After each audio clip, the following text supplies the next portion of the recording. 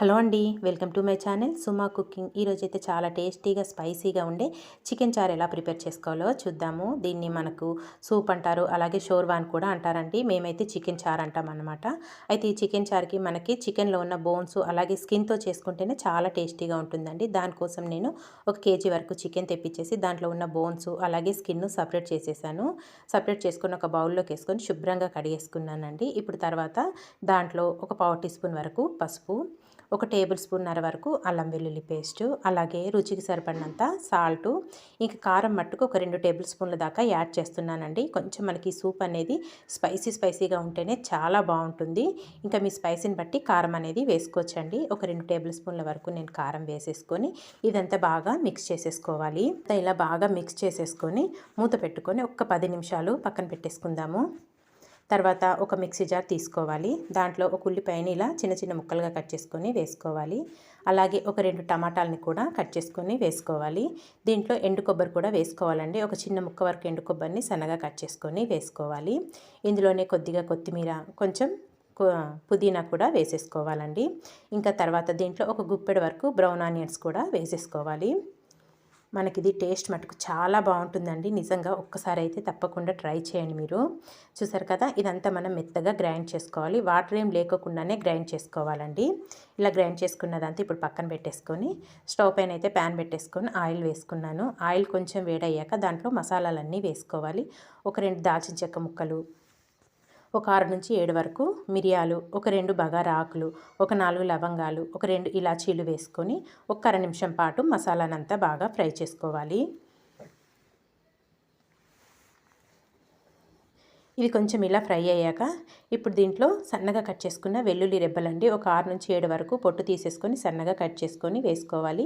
ఇందులోనే కొద్దిగా కరివేపాకు కూడా వేసేసుకొని ఇది కూడా కొంచెం వేగాక ఇప్పుడు దీంట్లో ఒక మీడియం సైజు ఉల్లిపాయని చిన్న చిన్న ముక్కలుగా కట్ చేసుకొని వేసుకోవాలి.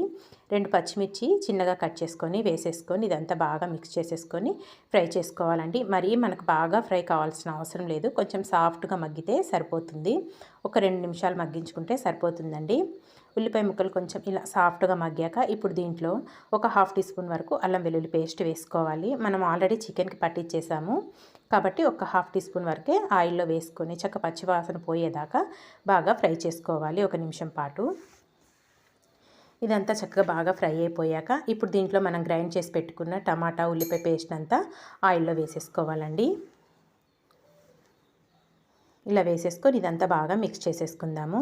మనము టమాటాలు ఉల్లిపాయ అన్ని పచ్చివే తీసుకున్నాం కాబట్టి చక్కగా ఈ ఆయిల్లోనే ఈ పేస్ట్ అంతా బాగా మగ్గిపోవాలన్నమాట. చక్కగా బాగా మగ్గి మనకు ఆయిల్ అనేది పైకి స్ప్రెడ్ అయ్యేదాకా మగ్గించుకోవాలండి. చక్కగా బాగా ఫ్రై చేసేసుకోవాలన్నమాట ఈ పేస్ట్ని. ఇది వేగుతున్నప్పుడే మనకు మంచి ఫ్లేవర్ అనేది వస్తుంది. ఇదంతా ఇలా బాగా మిక్స్ చేసేసుకొని మూత పెట్టేసుకుందాము.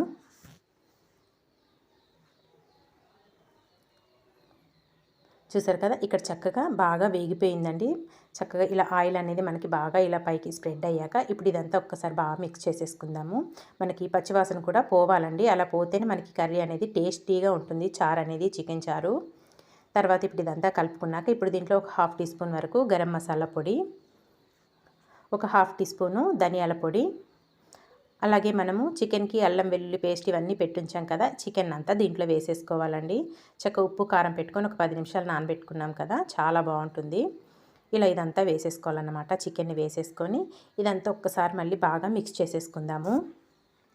మనం వేసుకున్న మసాలాలు అలాగే ఉప్పు కారం చికెన్కి బాగా పడతాయండి. చక్కగా ఇలా ఇదంతా కలుపుకొని ఒక 4 నిమిషాలు చక్కగా దగ్గరకు వచ్చేలాగా మగ్గించేసుకోవాలండి చికెన్ని.